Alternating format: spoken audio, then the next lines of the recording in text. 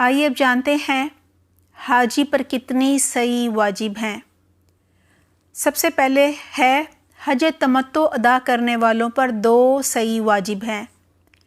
پہلی عمرے کی، جو کہ مکہ پہنچتے ہی عمرے کے لیے ادا کی جائے گی، اور دوسری حج کی، جو قربانی کے دن 10 ذی الحج کو طواف زیارت کے بعد کی جائے۔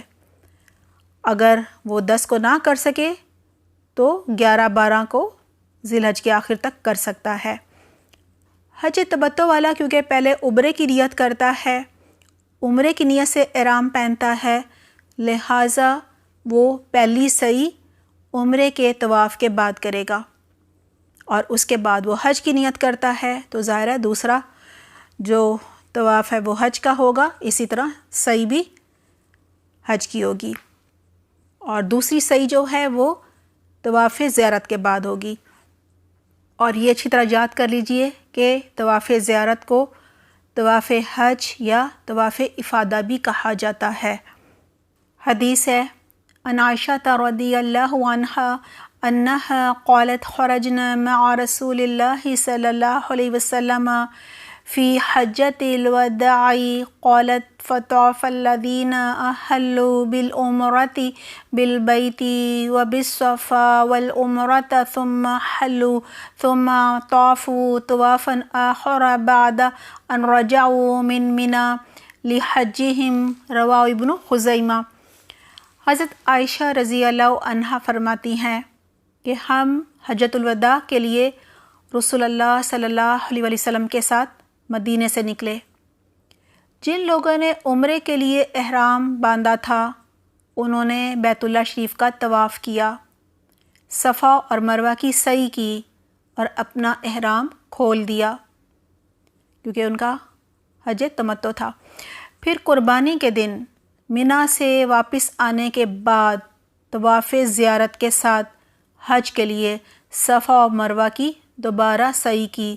اسے ابن خزیمہ نے روایت کیا ہے، یعنی حج تمتع والوں نے 2 سعی کی۔ پہلی جو تھی وہ عمرے کے لیے جب احرام باندھا تھا اور بیت اللہ کا طواف کیا تھا، پھر انہوں نے صفا و مروہ کی سعی کی تھی، اس کے بعد احرام کھول دیا تھا، اور دوسری دفعہ یعنی قربانی کے دن منا سے واپس آنے کے بعد انہوں نے طواف زیارت کے ساتھ حج کے لیے صفا و مروہ کی دوبارہ سعی کی۔ اب دیکھتے ہیں حج افراد والے جو ہیں وہ کتنی سعی کرتے ہیں۔ حج افراد کرنے والوں پر حج کی صرف 1 سعی واجب ہے۔ جیسا کہ آپ کو یاد ہوگا حج افراد کرنے والے وہ ہوتے ہیں جو کہ وہیں کے رہنے والے ہوتے ہیں، ان کو عمرہ کرنے کی اجازت نہیں ہوتی، وہ صرف حج افراد کریں گے، یعنی انہیں حج تمتع اور حج قران کرنے کی اجازت نہیں ہوتی۔ لہٰذا جب حج افراد کریں گے تو صرف وہ حج ہی کریں گے، اور نہ عمرہ ہوگا، نہ عمرے کا طواف ہوگا، نہ عمرے کی سعی ہوگی۔ لہٰذا حج کی صرف 1 سعی واجب ہے جو قربانی کے دن طواف زیارت کے بعد کی جائے گی۔ لہٰذا 1 احرام ہوگا ان کا اور 1 ہی سعی ہوگی۔ آئیے اب دیکھتے ہیں حج قران۔ حج قران ادا کرنے والے پر 2 سعی واجب ہیں، ایک عمرے کی اور دوسری حج کی۔ اور ایک اور حدیث ہے، اس میں اور وضاحت کی گئی ہے کہ حج قران کرنے والا اگر عمرے کی سعی کرتے وقت عمرے اور حج دونوں کی سعی کی نیت کر لے، یعنی جب سعی کرنے لگے تو نیت کیا ہو کہ یہ میں عمرے اور حج دونوں کی سعی کر رہا ہوں، کیونکہ اس نے درمیان میں احرام تو نہیں کھولنا نا، وہ تو دونوں کی نیت سے ایک ہی احرام پہنتا ہے۔ لہٰذا پھر کیا ہوگا، قارن یعنی کہ حج قران کرنے والا اگر عمرے کی سعی کرتے وقت عمرے اور حج دونوں کی سعی کی نیت کر لے تو 2 الگ الگ سعی کرنے کی بجائے ایک ہی سعی کافی ہو جائے گی، یعنی اس کو یہ رخصت دی گئی ہے، اس کے پاس یہ سہولت ہے، اگر چاہے تو 2 سعی کرے اور اگر چاہے تو ایک ہی سعی میں عمرے اور حج دونوں کی نیت کر لے، پھر اسے صرف ایک ہی سعی کرنی پڑے گی۔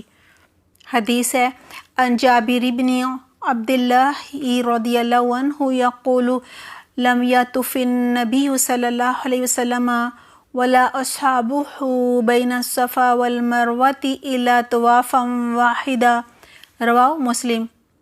حضرت جابر بن عبداللہ رضی اللہ عنہ فرماتے ہیں کہ رسول اللہ صلی اللہ علیہ وسلم اور آپ صلی اللہ علیہ وسلم کے صحابہ کرام رضی اللہ عنہم نے حج قران میں صفا اور مروہ کی سعی ایک مرتبہ ہی کی۔ اسے مسلم نے روایت کیا ہے۔ حدیث ہے عن عائشہ رضی اللہ عنہا انہا حادت بسریفہ فتطہرت بعرفۃ فقال لها رسول اللہ صلی اللہ علیہ وسلم یجزی عنکی طوافکی بالصفا والمروۃ عن حجکی و عمرتکی، رواہ مسلم۔ حضرت عائشہ رضی اللہ عنہا حجۃ الوداع کے موقع پر مدینے سے مکہ آتے ہوئے ایک مقام صریف پر حائضہ ہو گئیں اور غسل حیض عرفہ میں کیا۔ رسول اللہ صلی اللہ علیہ وسلم نے ان سے ارشاد فرمایا، تمہاری صفا اور مروہ کی ایک سعی تمہارے حج اور عمرہ دونوں کے لیے کافی ہے۔ یہاں سے یہی پتہ چلتا ہے کہ سہولت کے لیے قران یعنی حج قران یا حج افراد کی سعی 8 ذی الحج کو منا سے قبل کرنا جو ہے وہ جائز ہے۔ الحمدللہ ہمارا ٹاپک مکمل ہو گیا ہے۔ اپنا بہت خیال رکھیے گا۔ سبحانک اللہم و بحمدک نشہد ان لا الہ الا انت نستغفرک و نتوب الیک۔ والسلام علیکم ورحمۃ اللہ وبرکاتہ۔